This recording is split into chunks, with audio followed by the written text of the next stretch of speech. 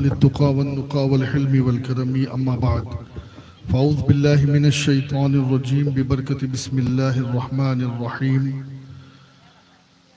كنتم خير أمة أخرجت للناس تعملون بالمعروف وتنهون عن المنكر صدق الله العظيم۔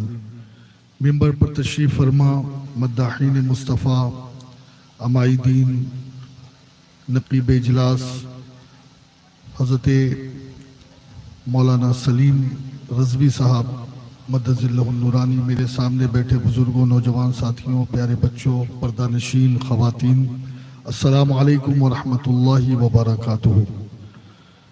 جیسے میں درود و سلام پڑھا ہوں، سب مل کر پڑھیں۔ الصلاۃ والسلام علیک یا رسول اللہ، الصلاۃ والسلام علیک یا حبیب اللہ، الصلاۃ والسلام علیک یا نبی اللہ، الصلاۃ والسلام علیک یا نور اللہ، وعلی آلک واصحابک یا حبیب اللہ صلی اللہ تعالی علیہ وسلم۔ میرے پیارے آقا صلی اللہ علیہ وسلم کے پیارے دیوانوں، جناب رمضان صاحب کی دختر نیک اختر کے نکاح کے اس پاکیزہ بزم سے پہلے یہ میلاد مصطفیٰ کی محفل سجی ہے۔ اللہ رب العزت اس بچی کے نکاح کو بابرکت فرمائے، شادی خانہ آبادی ہو، نیک صالح اللہ انہیں اولاد عطا فرمائے، اور ان کی زندگی آقا علیہ الصلوۃ والتسلیم کی سنت کے مطابق اور سیدہ طیبہ طاہرہ زہرا پاک رضی اللہ تبارک و تعالی عنہا کی سیرت کے مطابق گزرے، یہ ہماری دعائیں ہیں۔ نکاح سے پہلے یہ میلاد کی محفل، یہ کبھی ایک وقت تھا کہ جب مسلمان میلاد کو لازم سمجھتا تھا، لیکن اب کچھ مسلمان رہ گئے ہیں جو خوشی کے موقع پر اپنے آقا کو یاد کرتے ہیں۔ یاد رکھیں، یہ جتنی خوشیاں ہمیں ملی ہے یہ صدقہ ہے آمنہ کے لال کا، اور شب اسرا کے دولہا کے صدقے ہی آج بھی جتنے دولہا بنتے ہیں وہ انہی کا فیض پاتے ہیں۔ لیکن یہ ہماری کم قسمتی، کم نصیبی کہہ لیں کہ ہم نے میلاد کے اس چلن کو ختم کر دیا ہے۔ اللہ کرے کہ آج کے اس پروگرام کو، آج کی اس میلاد مصطفیٰ کی محفل کو ہر کوئی اپنے لیے مشعل راہ بنائے، اور جہاں کہیں بھی کسی کے بھی گھر میں چاہے وہ خوشی ہو یا غمی ہو، وہ کبھی آقا کے ذکر کو فراموش نہ کرے۔ ایک میسج اس مختصر سے وقت میں مجھے آپ کو دینا ہے۔ آپ دیکھتے ہیں کہ نکاح کے موقع پہ جہاں بہت ساری رسومات ادا کی جاتی ہے، وہاں ایک رسم بہت اہم سمجھی جاتی ہے، وہ یہ کہ دلہن جب دولہے کے گھر جاتی ہے تو قرآن پاک اس کو ساتھ میں دیا جاتا ہے، اور اتنا اس کا اہتمام ہے کہ اگر دلہن قرآن پاک ساتھ لے جانا بھول جائے تو پھر سسرال میں نام بھی رکھا جاتا ہے، کرٹیسائز بھی کیا جاتا ہے کہ یہ دیکھو اس نے اپنے ساتھ قرآن لایا ہی نہیں۔ لیکن میں ایک بات آپ سے عرض کرنا چاہتا ہوں کہ کیا کبھی اس بات پر کسی نے توجہ دی ہے کہ وہ جو دلہن قرآن لے کر آ رہی ہے وہ قرآن پڑھنا بھی جانتی ہے یا نہیں؟ یا جس دولہے کے پاس وہ دلہن بن کر جا رہی ہے وہ دولہا بھی قرآن جانتا ہے؟ کیا ان کے گھر میں بھی قرآن پاک کی تعلیم ہے؟ نکاح سنت ہے، لیکن قرآن پڑھنا تجوید کے ساتھ کہ نماز صحیح ہو یہ فرض ہے۔ ہمارے قائد داعیہ کبیر اکثر فرماتے ہیں کہ بڑے بڑے دارالعلوم قائم کرنا یہ فرض کفایہ ہے، اور چھوٹے چھوٹے مکاتب جہاں قرآن درست پڑھا جائے یہ قائم کرنا فرض عین ہے۔ لیکن ہم یہ دیکھتے ہیں کہ نہ دولہے کو قرآن پڑھنا آتا ہے نہ دلہن کو، نہ ساس کو قرآن پڑھنا آتا ہے نہ سسر کو، اور نکاح تو ایسے کریں گے کہ جیسے ان سے بڑے کوئی مسلمان ہے ہی نہیں۔ اس بات کو یاد رکھیں کہ قرآن بغیر مسلمان کی زندگی ادھوری ہے، اور ہماری زندگی کی بہار ہی قرآن سے ہے۔ زندگی کی رنگینی ہی قرآن سے ہے، اور جب تک کہ قرآن ہماری زندگی میں نہ آ جائے اس وقت تک کہ ہمیں خوشیاں نصیب نہیں ہو سکتی جسے حقیقی خوشی کہتے ہیں۔ آپ جانتے اللہ کے نبی علیہ السلام کی حدیث ہے، فرمایا ادبوا اولادکم علی ثلاث خصال حب نبیکم وحب اہل بیتی وقراء۔ آقا فرماتے ہیں کہ 3 چیزیں اپنی اولاد کی گھٹی میں پلاؤ، 3 خصلتیں ان میں پیدا کرو، اور یہ مکمل زندگی کا نصاب۔ آج ہم نے اپنے بچوں کو ڈاکٹر بنا دیا، انجینئر بنا دیا، پروفیسر بنا دیا، بڑا بزنس مین بنا دیا، خوب پیسے کمانے والا بنا دیا، سب بنا دیا، لیکن حضور نے جو 3 باتیں کرنے کے لیے کہی تھی کیا وہ ہے ہمارے اندر؟ کیا ہے وہ؟ آقا نے فرمایا تھا سب سے پہلے اپنے نبی کی محبت اپنی اولاد کو سکھاؤ، نمبر 2 نبی کی اہل بیت، نبی کی آل کی محبت انہیں سکھاؤ، اور پھر آقا نے فرمایا قرآن کی محبت انہیں سکھاؤ، قرآن کی تلاوت کی محبت سکھاؤ۔ آج ہم نے سب کچھ سکھا دیا، لیکن یہ 3 چیزیں زندگیوں میں نظر نہیں آتی۔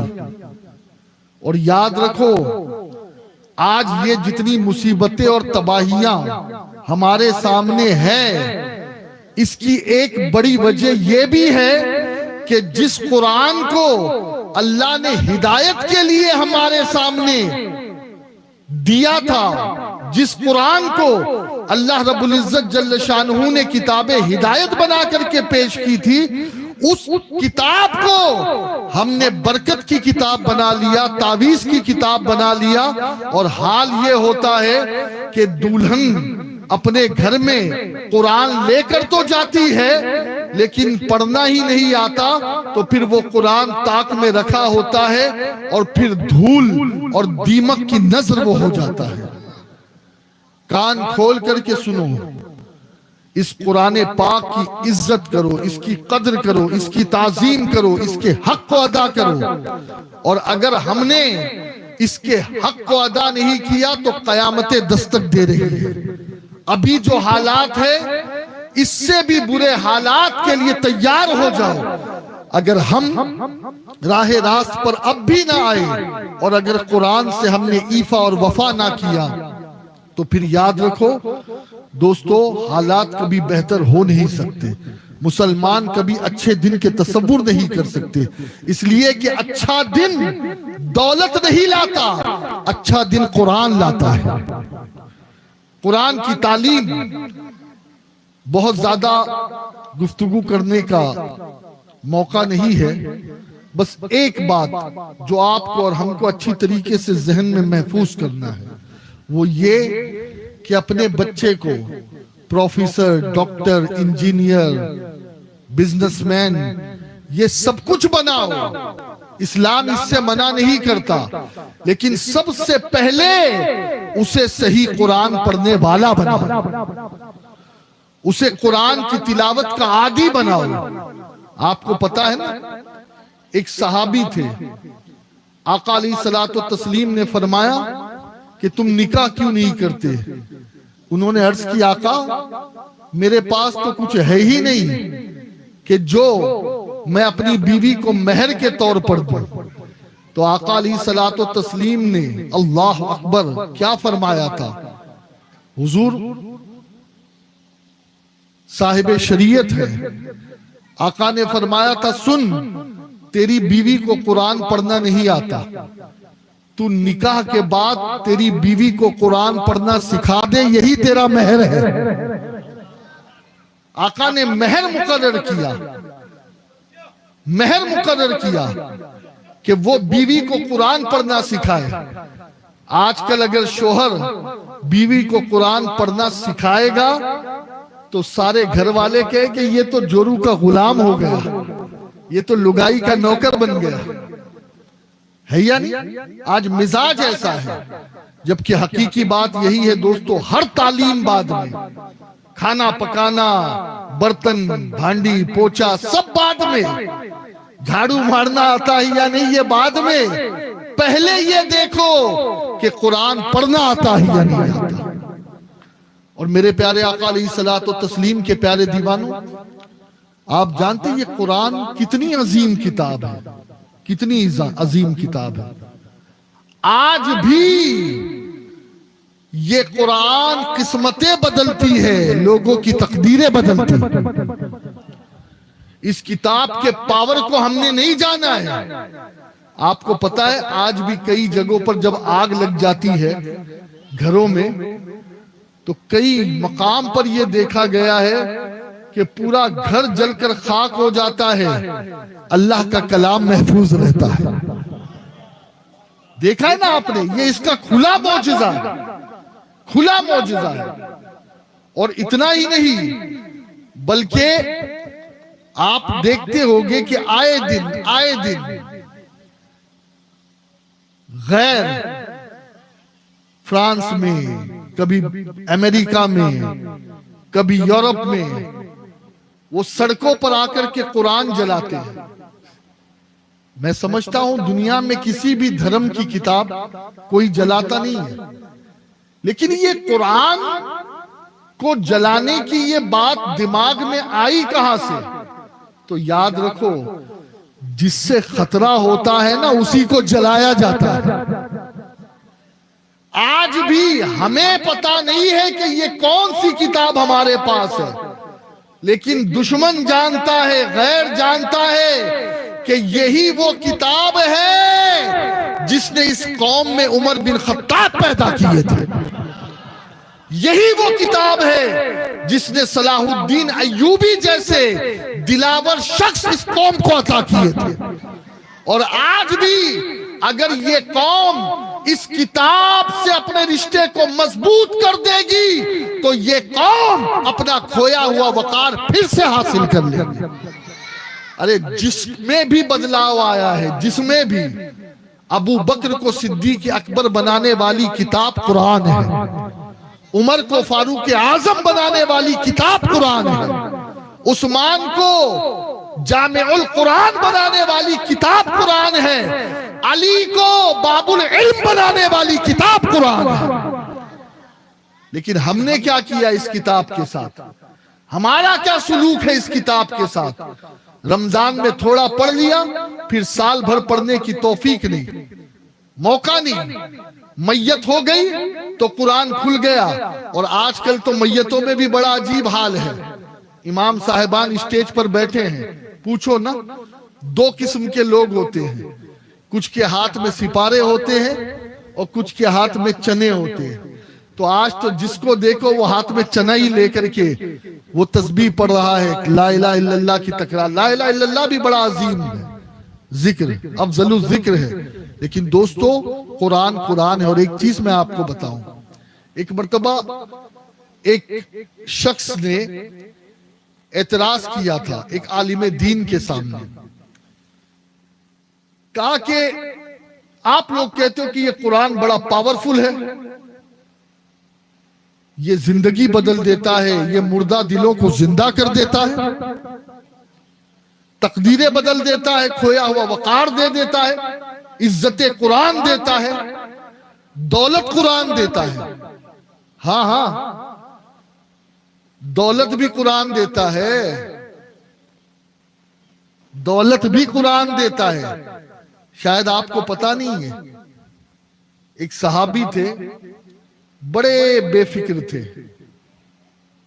بچیاں جوان ہو چلی تو کسی نے آ کر کے کہا کہ آپ اپنی بچیوں کے بارے میں فکر نہیں کرتے؟ ہر کسی کو بچی کی فکر ہوتی ہے، اللہ اکبر، لیکن ہمیں کس بات کی فکر ہوتی ہے کہ اس کے لیے زیور بنا لو، کچھ سونا تیار کر لو، اس کے لیے کچھ جہیز کے سامان تیار کر لو، یہ فکر ہوتی ہے بیٹی والے کو۔ لیکن وہ صحابی، اللہ اکبر، صحابی، آقا فرماتے اصحابک النجوم فبأیہم اقتدیتم اہتدیتم، میرے تمام صحابہ ستاروں کی طرح ہے، کسی ایک کی پیروی کرو گے نجات پا جاؤ گے۔ ارے بھائی، کس اسٹار کے چکر میں تم پڑے ہو؟ یہ اسٹار فیک ہے، فیک، چاہے وہ کرکٹر ہو، چاہے وہ بالی ووڈ اور ہالی ووڈ کے ہو، یہ کوئی اسٹار نہیں ہے۔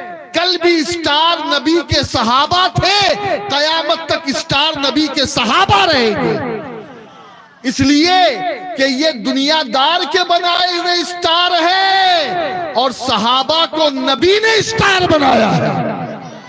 نبی نے اصحابک النجوم فرمایا، میرے صحابہ ستاروں کی مانند ہیں۔ تو اس صحابی نے کیا کہا معلوم ہے؟ جب کسی نے کہا تمہاری بیٹی جوان ہو گئی ہے، تمہیں فکر نہیں؟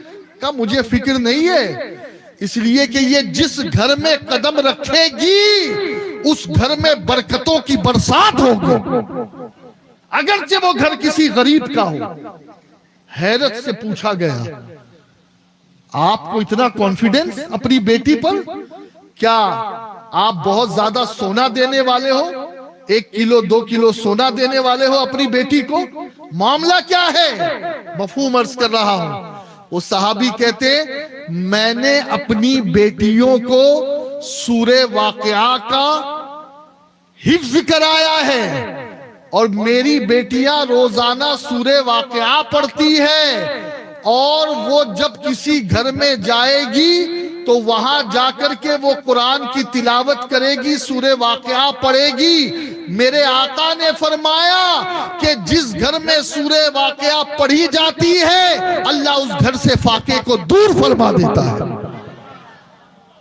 ہم نے کیا سمجھا اس قرآن کو؟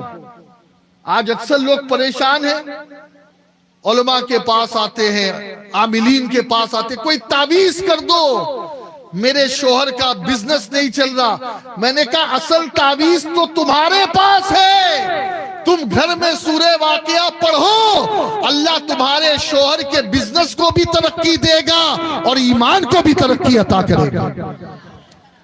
اور دوستو، ایک آخری بات عرض کر کے بات ختم کروں میں۔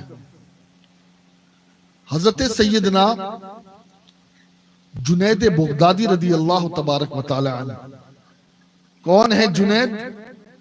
یہ وہ جنید ہے کہ جو غوث پاک کے بھی پیروں کے پیروں کے پیروں کے پیروں کے پیروں کے پیر ہوتے ہیں۔ ہاں، غوث پاک کا شجرہ بھی جن سے جا کر ملتا ہے، شجرے طیبہ، غوث پاک کے بھی پیر ہوتے ہیں۔ ایک مرتبہ سیدنا جنید بغدادی رضی اللہ تعالیٰ نے ایک صندوق اپنے مرید کے حوالے کیا اور کہا کہ دجلہ جو دریا ہے بغداد کا، کہا یہ صندوق دریا کی نظر کر دینا، لیکن کھول کر دیکھنا نہیں۔ وہ مرید گیا اور مرید نے وہ صندوق دریا کی نظر کی۔ مرید حیران کہ جیسے ہی دریا میں وہ صندوق ڈالا گیا، دریا نے اپنی باہیں کھول دی۔ جیسے عام طور پر کوئی چیز دریا میں ڈالی جاتی ویسے نہیں، دریا نے بڑے ادب کے ساتھ اسے سینے سے لگایا۔ وہ حیران ہوا، واپس آیا اپنے پیر کے پاس، جنید بغدادی، شیخ بڑی عجیب چیز میں نے، آخر اس صندوق میں تھا کیا؟ تو جناب جنید نے فرمایا کہ بات تو راز کی تھی، لیکن اگر یہ بات میں تجھے نہ بتاؤں گا تو پھر تو سو نہیں پائے گا، تیری نیند چین جو ہے وہ دشوار ہو جائے گی۔ فرمایا بات یہ ہے کہ میں نے ایک کتاب لکھی تصوف کے عنوان پر، اور 20 سال میں نے وہ کتاب مکمل کی۔ جب 20 سال ہو گئے تو 20 سال کے بعد میں نے اس کتاب کو بغور دیکھا، اس کی اصلاح کی، ترمیم کی کہ کہیں کوئی خامی، کوئی نقص تو نہیں ہے، کوئی کمی تو نہیں ہے، کوئی کمی بیشی تو نہیں ہے۔ کہا پھر 40 سال ہو گئے نا، 20 سال اس کی اصلاح میں لگائے۔ کہا پھر 20 سال مزید میں نے یہ سوچا کہ میں اسے شائع کروں یا نہ کروں، چھاپوں یا نہ چھاپوں، اسے میں پبلش کروں یا نہ۔ اس وقت تو کوئی پبلشر نہیں تھے، کتاب دیکھ کر لوگ لکھتے تھے، کتاب جو کاتب ہوتے تھے۔ فرماتے جب 60 سال ہو گئے تو پھر میں نے کہا کہ اس کتاب کو تو دریا میں ڈال دینا بہتر۔ تو وہ کتاب تھی جو میں نے دریا میں ڈال دی۔ مرید حیران، یا شیخ 60 سال کی محنت آپ نے دریا میں ڈال دی؟ جس کتاب کے پیچھے آپ نے 60 سال لگا دیا، وہ کتاب آپ نے دریا میں ڈال دی؟ تو جنید بغدادی فرماتے بات یہ ہے کہ وہ جو 20 سال میں سوچتا رہا نا، اسے چھاپوں یا نہ چھاپوں، اس کتاب کو میں کسی لائبریری کی زینت بناؤں یا نہ بناؤں، فرماتے ہیں اندر سے میرے دل نے آواز دی، جنید اللہ کے کتاب کے ہوتے ہوئے اب ہدایت کے لیے کسی اور کتاب کی حاجت ہے ہی نہیں۔ جب قرآن موجود ہے تو قرآن ہی ہدایت کے لیے کافی ہے، ہدایت کے لیے مکمل ہے، یہ کامل نصاب ہے۔ دوستو، اتنی عظیم کتاب کے ساتھ آپ اور ہم کیا سلوک کر رہے ہیں؟ آج رو رہے ہیں، ہمارے ساتھ یہ ہو رہا ہے، ہمارے ساتھ وہ ہو رہا ہے، ہمارے ساتھ۔ ارے میں نے کہا تم نے اللہ کی کتاب کے ساتھ کیا سلوک کیا؟ کاش ہم اس کتاب کو صرف چومتے اور سینے پہ نہ لگاتے، سر پہ نہ رکھتے، بلکہ اس کی تعلیمات اگر ہماری زندگی میں نظر آتی تو دنیا یہ سلوک ہمارے ساتھ نہ کرتی۔ یہ جو کچھ ہو رہا ہے، تو وہ بات جو میں بتا رہا تھا اسے مکمل کر دوں۔ ایک شیخ نے کہا کہ قرآن دل بدلتا ہے، قسمت بدلتا ہے، تقدیر بدلتا ہے، بلائیں دور کرتا ہے، شفا دیتا ہے۔ اس نے کہا، اس محفل میں کوئی غیر تھا، اس نے کہا میں تو اسے نہیں مانتا کہ قرآن میں اتنا پاور ہے، قرآن میں اتنا پاور۔ قسم خدا کی، قرآن کا پاور اگر کسی کو پوچھنا ہو نا تو غریب نواز کو پوچھو۔ غریب نواز فرماتے جو قرآن کی تلاوت مسلسل کرتا ہے، اللہ اس کی آنکھوں کی روشنی تیز کر دیتا ہے۔ یہ جو چشمے لگا کر گھوم رہے ہیں نا، میں یہ نہیں کہتا کہ سارے چشمے والے قرآن نہیں پڑھتے، لیکن یہ آنکھ بھی ہماری کمزور ہو رہی ہے، ایمان بھی کمزور ہو رہا ہے، اس لیے کہ ہم نے قرآن پڑھنا چھوڑ دیا، قرآن پڑھنا چھوڑ دیا۔ قرآن بڑی عظیم کتاب ہے، بڑی عظیم کتاب ہے۔ اب وہ شخص غیر تھا تو اس کو اسی کی لینگویج میں سمجھانا، آپ سمجھیں نا، جیسا سائل ہو ویسا جواب۔ تو وہ شخص آ کر کے بیٹھا، سوال کر کے چلا گیا، وہ دور بیٹھا تھا۔ تو اس بزرگ نے کہا وہ ابھی کوئی سوال کر رہا تھا نا، ذرا اس گدھے کو بلاؤ۔ کیا کہا؟ دیکھیے عام طور پر صوفیہ ایسے کلمات ادا نہیں کرتے، اس لیے کہ صوفیوں کا مسلک یہ ہے کہ ہر کسی کا دل رکھنا، لیکن کبھی کبھی سمجھانے کے لیے۔ ہاں یہی تو بات ہے کہ ایسی محفلوں کی عظمت ہم نہیں سمجھ رہے، ان کو پتا ہے کہ ایسی محفلوں میں کیا ہوتا ہے، جن کو آنا چاہیے وہ نہیں آ رہے۔ خیر، اب وہ سامنے آیا، اس نے کہا حضور میں نے تو آپ سے ایک چھوٹا سا سوال کیا تھا کہ یہ قرآن دل کیسے بدلتا ہے، دل کا زنگ کیسے دور کرتا ہے۔ حدیث کا مفہوم ہے کہ موت کی یاد قرآن کی تلاوت دلوں کے زنگ کو دور کرتی ہے۔ اب آپ نے مجھے گدھا کہہ دیا۔ بزرگ نے کہا یہ بتا کہ میں نے تجھے گدھا کہا تو کیا تو گدھا بن گیا؟ تو تو انسان ہی ہے نا۔ یہ تو میرے چند جملے تھے نا، ایک لفظ تھا نا، ڈونکی، گدھا۔ تو ناراض کیوں ہو رہا ہے؟ ناراض نہیں ہو تو کیا ہو؟ ارے تیرے چہرے پہ لکیریں آ گئی، تو غصے میں آ گیا، تیرا چہرہ سفید سے سرخ ہو گیا، کیوں؟ کہا حضور آپ یہ پہلیاں بجھا رہے ہیں، آپ نے مجھے گدھا کیوں کہا؟